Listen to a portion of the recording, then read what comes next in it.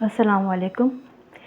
इस एक्सप्रेशन की वैल्यू क्या हो सकती है? जब मैंने अपने स्टूडेंट से पूछा तो उन्होंने इसको सॉल्व करते हुए जो गलतियाँ की वो मैं आपके सामने यहाँ पे करके दिखाऊंगी और इसको सही तरीके से सही रूल के तहत किस तरह सॉल्व किया जाएगा वो भी मैं आपको यहाँ करके दिखाऊंगी। ठीक है, तो सबसे पहले इन्होंने जो किया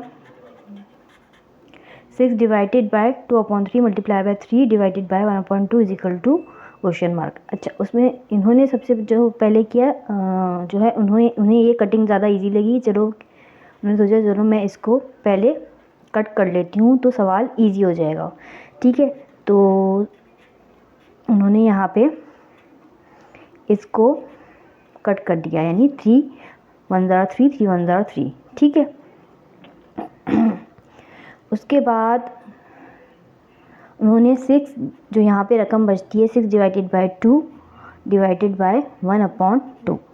ठीक है, अब मल्टीप्लाई की साइन तो ख़त्म हो गई। ठीक है, 2 1 ज़ार 2 आ गया यहाँ पे। ठीक है, अब जो है उन्होंने जब 2 को 6 के साथ डिवाइड किया तो यहाँ पर आया हमारे पास 3। ठीक है, 2 1 ज़ार 2 2 3 ज़ार 6।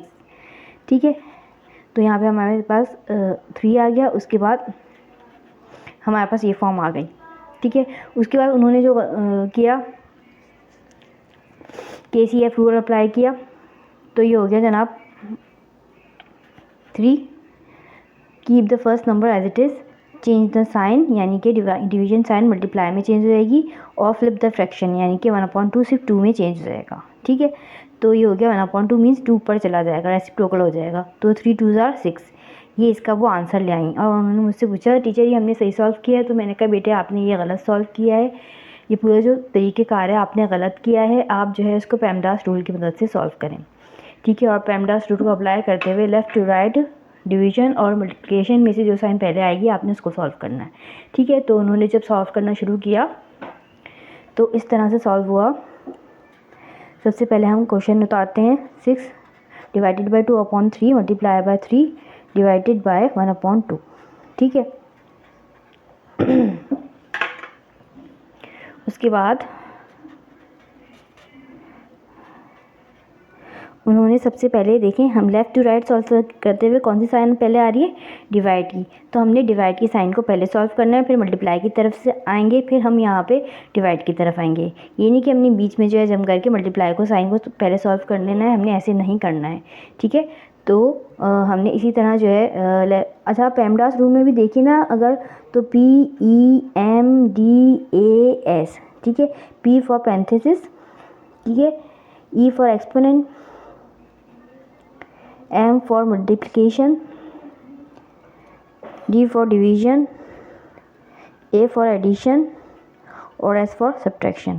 ठीक है, अब यहाँ पे मल्टीप्लाई और डिवाइड है। तो आप देखिए पेमडास रूल में M पहले आ रहा है मीन्स मल्टीप्लाई करना है, तो वो इसी में कंफ्यूज हो गई कि अगर M पहले आ रहा है तो मैंने यहाँ पे मल्टीप्लाई करना है, हालांकि ये जो तरीक़ेकार है गलत है। ठीक है, पेमडास रूल में मल्टीप्लिकेशन और डिवीजन को एक जैसी हैसियत हासिल होती है। ठीक है, लेफ़्ट टू राइट सॉल्व करते हुए अगर मल्टीप्लाई पहले आ रहा है तो आपने मल्टीप्लाई को पहले सॉल्व करना है, अगर डिवाइड पहले आ रहा है तो आपने डिवाइड को पहले सॉल्व करना है। ठीक है, तो यहाँ पे मल्टीप्लाई पहले है तो हम इस मल्टीप्लाई को सॉल्व करेंगे। तो जब भी डिवीजन साइन के साथ फ्रैक्शन आता है तो उसको थोड़ा ईजी वे में लाने के लिए हम KCF रूल इस्तेमाल करते हैं। तो ये हो जाएगा जनाब keep the first number as it is, change the sign, flip the fraction. ठीक है, तो ये इस तरह से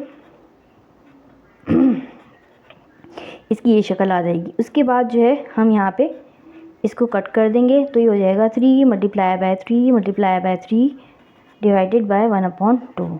ठीक है, उसके बाद ये हो जाएगा 3 multiply by 3 is equal to 9 9 multiply by 3 is equal to 27 27 divided by 1/2। KCF rule use होगा यहाँ पे। ठीक है, keep the first number as it is, change the sign into multiply and flip the fraction. ठीक है, इन दोनों को जब हम मल्टीप्लाई करेंगे तो ये हो जाएगा हमारे पास 54, ये इसका आंसर होगा। ठीक है, इसी तरह का एक और क्वेश्चन मेरे पास है। अच्छा, इसमें नॉर्मली जो लोग गलतियाँ करते हैं वो मैं आपको यहाँ पे बताऊँगी और इसको सही तरीके से किस तरह से सॉल्व किया जाएगा वो भी मैं आपको वीडियो को एंड में बताऊँगी, तो वीडियो एंड तक देखिएगा। ठीक है, सबसे पहले तो लोग वो कहते हैं ना नाक की सीध में चलना, तो वो यहाँ पे नाक की सीध में ही चलते हैं, सीधा सीधा इसको ऐसे ही सॉल्व करेंगे। 8 का हमने स्क्वायर लिया, 64 - 72 डिवाइडेड बाय 8 मल्टीप्लाई बाय 3। ठीक है, उसके बाद 64 में से जब 72 को सब्ट्रैक्ट करेंगे तो आएगा हमारे पास -8, ठीक है। -8 डिवाइडेड बाय 8 मल्टीप्लाई बाय 3, ठीक है। ये चीज़ें हमारे पास आएंगी, ठीक है। अब 8 को 8 से डिवाइड करेंगे तो हमारे पास आएगा क्या, -1, 8 1 ज़ार 8, 8 1 ज़ार 8, ठीक है, मल्टीप्लाई बाय 3। -1 को 3 से मल्टीप्लाई किया तो क्या आंसर आया, यहाँ पे आया आंसर -3, ठीक है। ये आंसर आया, ये आंसर रॉन्ग है, ठीक है।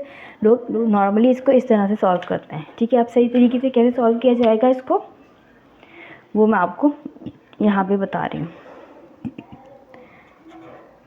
8 स्क्वायर, अच्छा एक और गलती जो मैं आपको एक और गलती बताना भूल गई, जो लोग करते हैं इसको सॉल्व करते हुए, मेजर गलतियाँ हैं वो, ठीक है।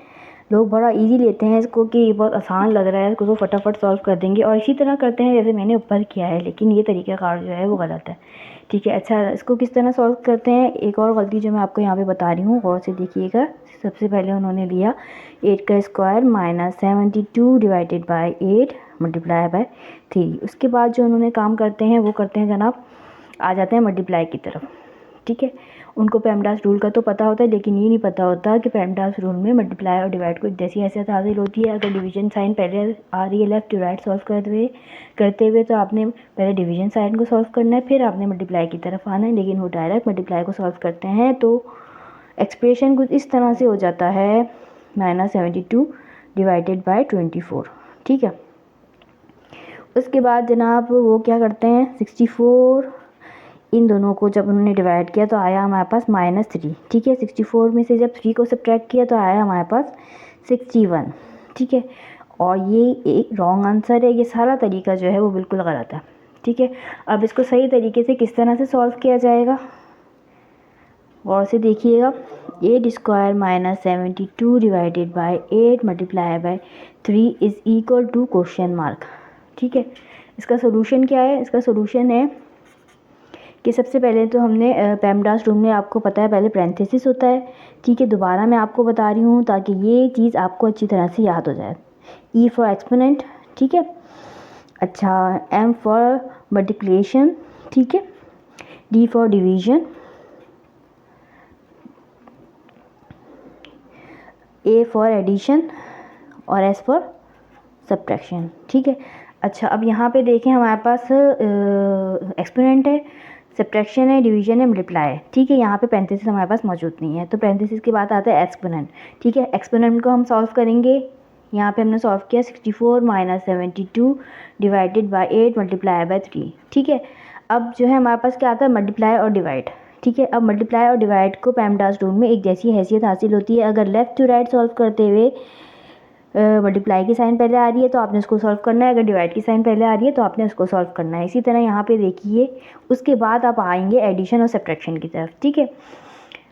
और इसी तरह एडिशन और सब्ट्रैक्शन को भी एक जैसी हैसियत हासिल होती है। अगर एडिशन की साइन पहले आ रही है लेफ़्ट टू राइट सॉल्व करते हुए तो आपने उसको पहले सॉल्व करना है, अगर सब्ट्रैक्शन की साइन पहले आ रही है तो आपने उसको सॉल्व करना है, ठीक है। अब यहाँ पे देखिए लेफ़्ट टू राइट सॉल्व करते हुए हमारे पास कौन सी साइन पहले आ रही है, ये डिवीजन की, ठीक है। तो हमने इसको सॉल्व करना है, तो ये एक्सप्रेशन कुछ इस तरह से हो जाएगा 64 -8 1 ज़ार 8, 8 9 ज़ार 72, ठीक है। तो ये आ जाएगा यहाँ पर 9 मल्टीप्लाई बाय 3, ठीक है।